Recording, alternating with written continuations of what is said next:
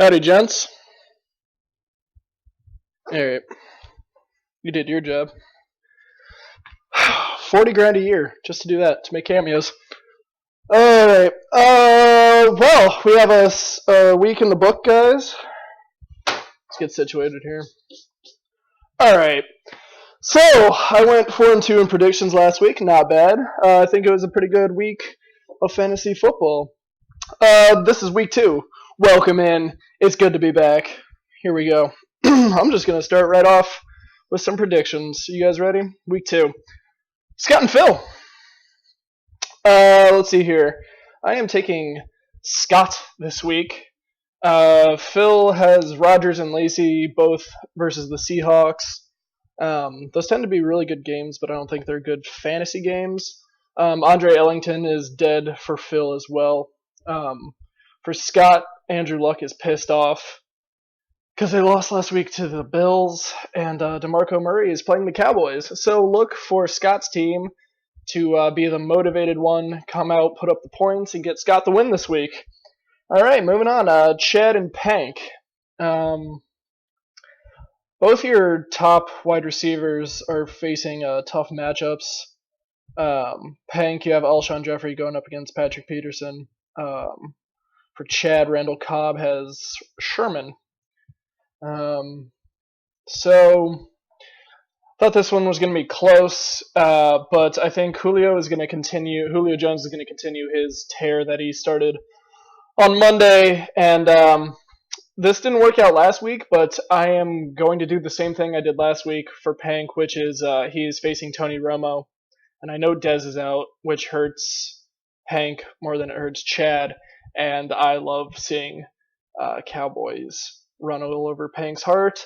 So I am taking Chad this week, and I think it'll probably be more lopsided than it should be, but yeah, definitely Chad this week. Next up, Ray and Pinson. Mike Evans and Golden Tate are both banged up for Pinson. Pinson, you still haven't changed your team name, so I don't think I'm going to pick you until you do that. It's been 3 years with your fucking team, Pinson. I don't think you watch these videos, so I don't know if message has gotten to you that your team name still sucks. But on a more fantasy football analyst note, look for Odell Beckham to bounce back for Ray. He put up like 6.5, something garbage last week against them boys. So look for OBJ. I don't think he's going to have a sophomore slump like a lot of players do. He might, but I think he's just too talented. So I am taking Ray over Pinson this week. Next up is Wes and Fred. I think this one's going to be close. Look for AP to bounce back for Wes this week. He didn't do much of anything against the 49ers. He doesn't have that much better of a matchup this week, but I think the deciding factor is Fred still has Isaiah Crowell in his lineup instead of Benny Cunningham, so as long as that's the case, I'm going to take Wes this week in that matchup. Write it down. Next up is Connor versus the boy, kid, BBP. I still have no Le'Veon. My team's alright, but without him, it's not looking good. I kind of got stomped last week by Zach, who was a pretty good team, even though the computer picked it for him, piece of shit. Connor had Brady and Hyde and Gronk all go off. Yeah, so I am going to pick against myself for the second week in a row and say that Connor gets the win over your boy, the kid. And then finally, our game of the week. Game of the week is Zach and Cam, the battle of the auto picks. Both are 1-0. Both have really good teams because the computer is smarter than all of us. It's Skynet. Whatever. Alright, so in this one, I am going to pick Zach. Forte, Hopkins, Witten all get it done again this week over Cam, and there you go. There's your picks. All right, boys. Well, first power rankings of the year. First real power rankings last week. Obviously, a bit of a fun one. Had nothing to do with fantasy football. Just to deal with how cool you are as a person, and how that's that's exactly what it is. How cool you are as a person. This week it actually has something to do with fucking fantasy football. So here we go. Number 12. This is no surprise. This has been like 2 out of 3 years now that you've had a garbage team. You have a garbage name. It's Pinson. You know what, Pinson? I just picture you in Grandview thinking about the Bethel League and all of us having fun, poking at each other, watching the games, having a killer time, and then you're in Grandview and you just have to talk to like Maria Broman, and then you see yourself in last place in the power rankings. You just sit there like, hello, darkness, my old friend. I've come to talk with you again. Because a vision softly creeping left its seeds while I was sleeping.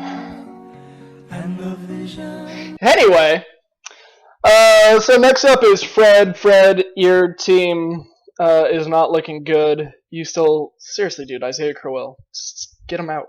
And that's funny because like he's gonna be one of your running backs for the rest of the year. Because Benny Cunningham's gonna lose his job once one of the 2 running backs in St. Louis who are way better than him actually get healthy. So yeah, you lost last week. You put up like second fewest points in the league last week, so not looking good. All right, number 10, your boy the kid. Holy shit, man. Not looking so good right now. It's all right. Obviously next week is Le'Veon Christmas for me, so we'll see. But for right now, I got stomped by Zach. There's no 2 ways around it. Not looking too solid. Justin Forsett put up like 9 points for me. That's not good enough, especially if I'm playing him in my RB2 for the rest of the year. So yeah, there you go. Number 10, me. Number 9, I'm going with Wes. Wes, you won, but you beat Pinson, who is listening to The Sound of Silence in Grandview, just staring off into the distance, thinking about what could have been. Yeah, so you would have lost to everybody but Fred, and Pinson, obviously. You beat him. But, so, yeah, I have you at number 9 because you didn't have a very strong showing. You still got the win, but not super convinced. Number 8 is Scott. Scott, you lost to Cam. Cam's got a good team. No shame in that. So you're kind of middle of the pack there. Yeah, sure. Number 7, this is kind of an interesting pick for me. These like 7 through 5 is kind of all in the middle there. I got Pank. Pank, you're 1-0, but you beat Fred. You only put up 102 points, which was like 4th, I want to say, 3rd or 4th. So not a super great showing, but still got the win. So you're up there at number 7. Obviously, the loss of Dez Bryant is going to hurt you for the next couple of weeks. So there you go. You're number 7. Number 6 is Ray. Ray, you lost to Chad, but you still had a good showing. Put up some good points despite Odell just getting you 6.5 or whatever it was. Yeah, we've been over that. So I still think you have an alright team. So you're dead middle of the pack. Number 5, Phil. You lost to Connor, which, I mean, he had just like a monster week. Obviously, so there's not a lot of shame in that. You still have Rodgers and Lacey. I don't like their matchup this week, but I think going forward you're still okay. Number 4, King auto draft himself is Cam. Put up 135.5 with only 4 from Megatron, which is, I mean, you got a lot from your kicker and your defense, so don't expect that to keep on going every week, but obviously don't expect only 4 points from Megatron every week. He's going to get up there. You still have Breeze and Lynch, which is a really good one, too. So, yeah, you're number 4. Number 3, other fucking auto pick is Zach. Put the smackdown on your kid, despite Deshaun Jackson only putting up 0 points because he got hurt. He pulled that hamstring. So, yeah, put up a shit ton of points despite having 0 from his flex. It could have been a lot worse. So, Zach's got a good team, which, again, pisses me off. Fucking Skynet. Number 2. Another kid who put up monster fucking points despite getting 0 points from one of his players, which is Connor. You had 0 points from Sammy Watkins, and you kicked the shit out of Phil, and Phil was not pleased about that. Your team name still sucks. It's still Philza, bitch. Philza? Bitch. You need that space, dude. There are 3 fucking words in your name, and still only 2. Whatever. Next time I see Baldridge, I'm going to call him Philza. Yeah, but you still have a good team. You actually upgraded taking Sammy Watkins out because now you have Roddy White in there. Like, yeah. So you somehow have a better team this week than you did last week, and you put up nasty numbers. And then, of course, number 1 is Chad. Chad is reigning champion. He put up second highest points, I think, in the league this week. So he's looking good, and look for that to continue. I have him over Pank this week. So yeah, there you go. 1 through 12, week 2, and I'm still killing it. Oh fuck, God, money. Hey, you, the one with the face and the fantasy team, give me some fucking cash, would you? If your name isn't Ray, you owe me money. So I think week 3 I'm gonna start changing team names because I'm LM and I can do shit like that. Yeah, I'll just start fucking with your teams. So yeah, to avoid such behavior from me, contact me in any sort of way. You have my phone number. You see me at the restaurant. You know me. A lot of you know where I live. So just, hey man, I'm gonna get you your money. Don't fuck with my team name and maybe my draft or my waiver order. I wouldn't do that. But yeah, you get the point. $50, get it to me. All right, see you kids.